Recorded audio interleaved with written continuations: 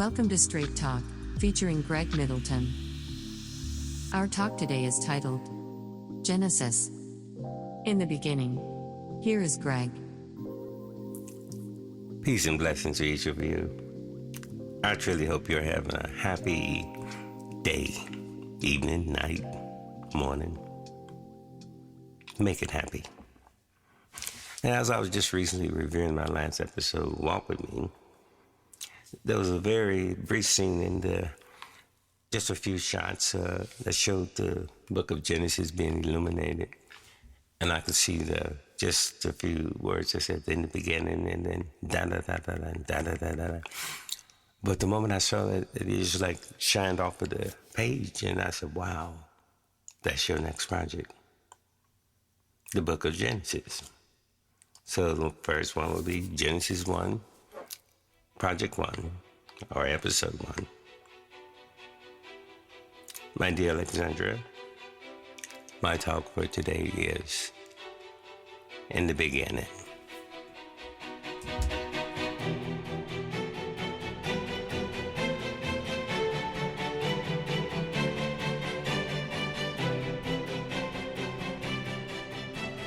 In the beginning, God created the heavens and the earth.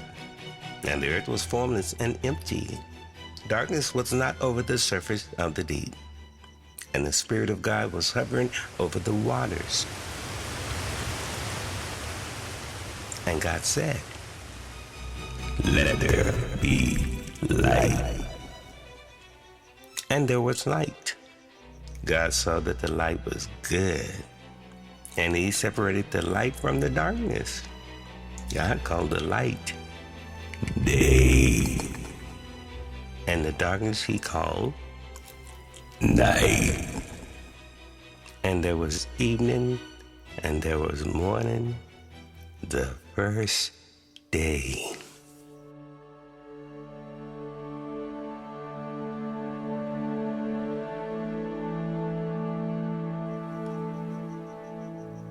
And God said, "Let there be a vault between the waters to separate water from water."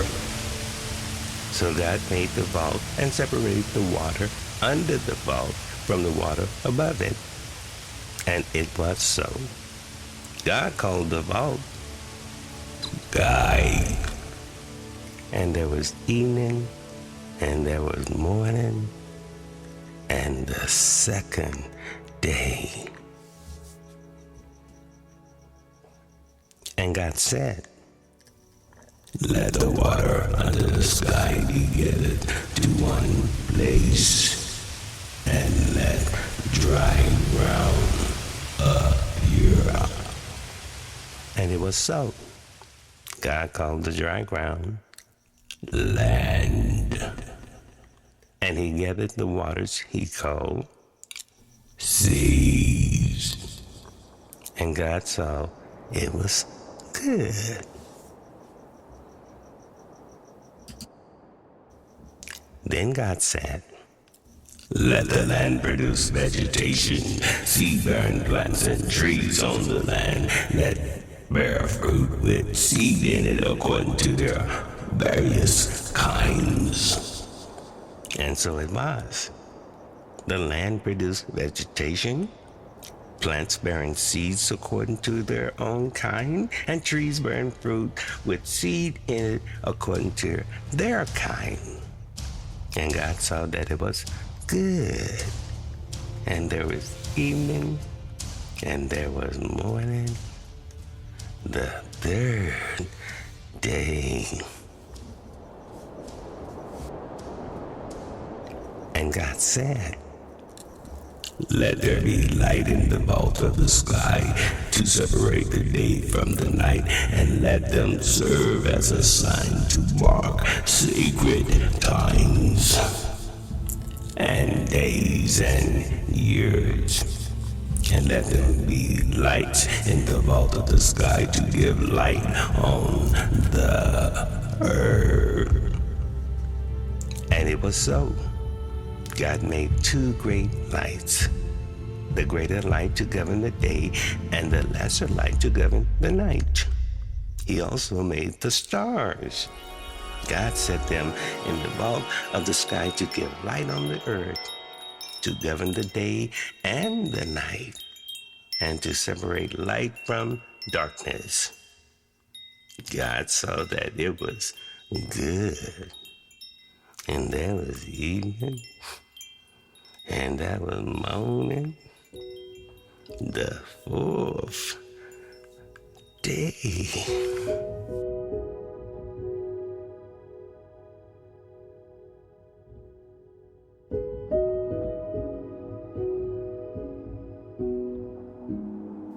And God said, let the water teem with the living creatures, and let the birds fly above the earth across the vault of the sky. So God created the great creatures of the sea and every living thing with which the water teems and that moves about in it according to their kind, and every winged bird according to its kind. And God saw that it was good. God blessed them and said, be fruitful and increase in numbers and fill the waters in the sea, and let the birds increase on the earth. And there was evening, and there was morning, the fifth day.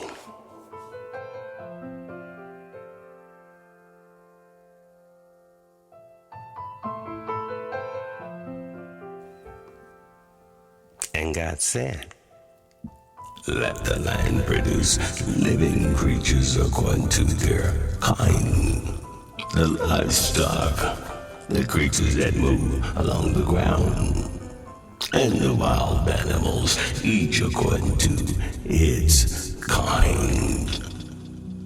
And it was so.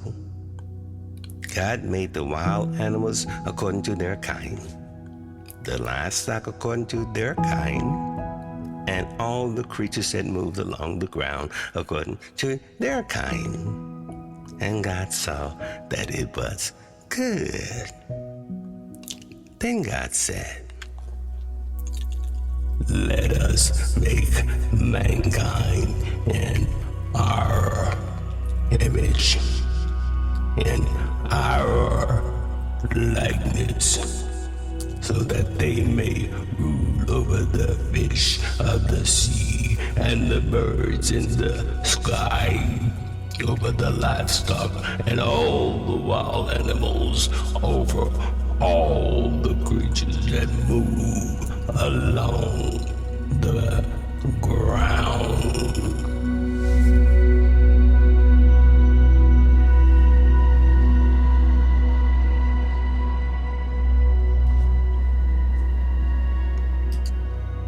So God created mankind in his own image.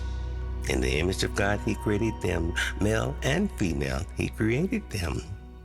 God blessed them and said to them, be fruitful and increase in number. Fill the earth and subdue it. Rule over the fish in the sea and the birds in the sky and every living creature that moves on the ground. Then God said, I give you every seed-bearing plant on the face of the whole earth and every tree that has fruit in it with seed. They will be yours for food. And to all the beasts of the earth, and all the birds of the sky, and all the creatures that move along the ground. Everything has the breath of life in it. I give every green plant for food.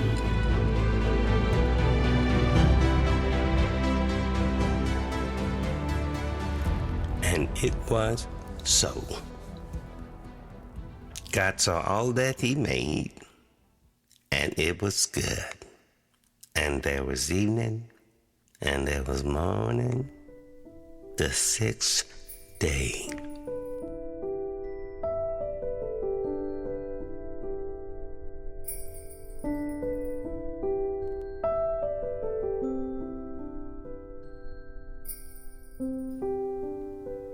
Thus the heaven and the earth were completed in all their vast array. By the seventh day, God had finished the work he had been doing. So on the seventh day, he rested from all his work. Then God blessed the seventh day and made it holy, because on it he rested from all the work of creating that he had done.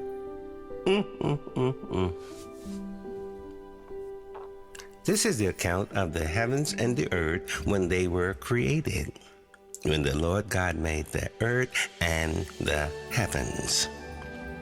Now no shrub had yet appeared on the earth, and no plant had yet sprung up.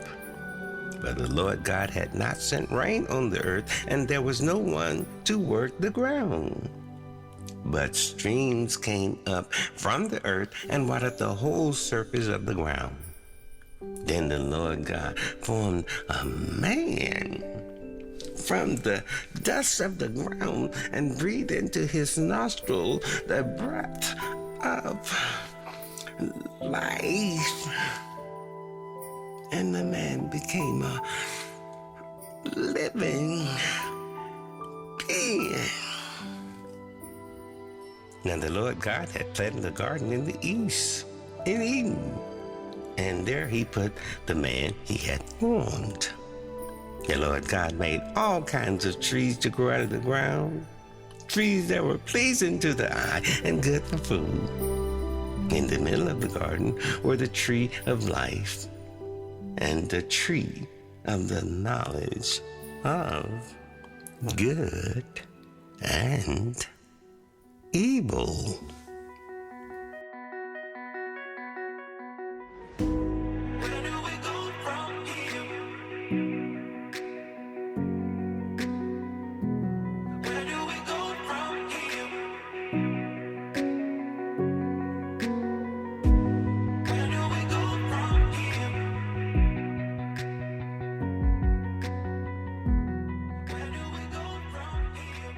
The Lord God took the man and put him in the Garden of Eden to work it and take care of it.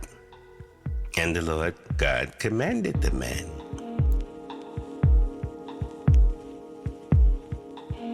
"You are free to eat from any tree in the garden, but you must not eat from the tree of the knowledge of good and evil. For when you eat from it, you most certainly will die."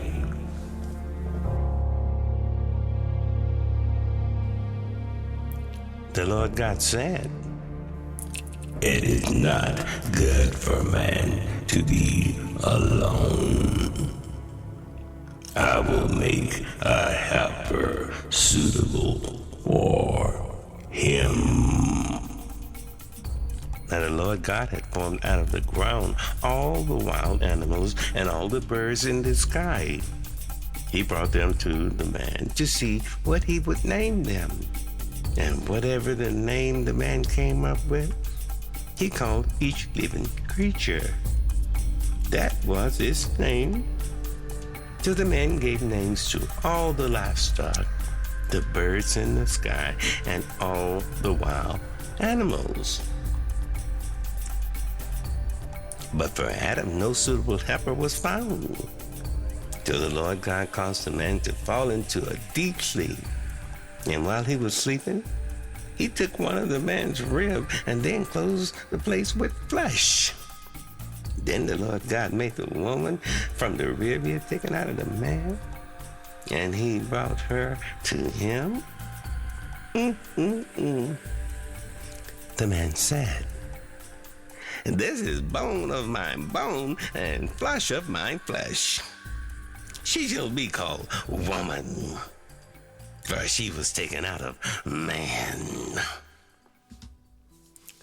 That is why a man leaves his father and mother and is united to his wife, and they become one flesh. Adam and his wife were both naked. And they feel no shame.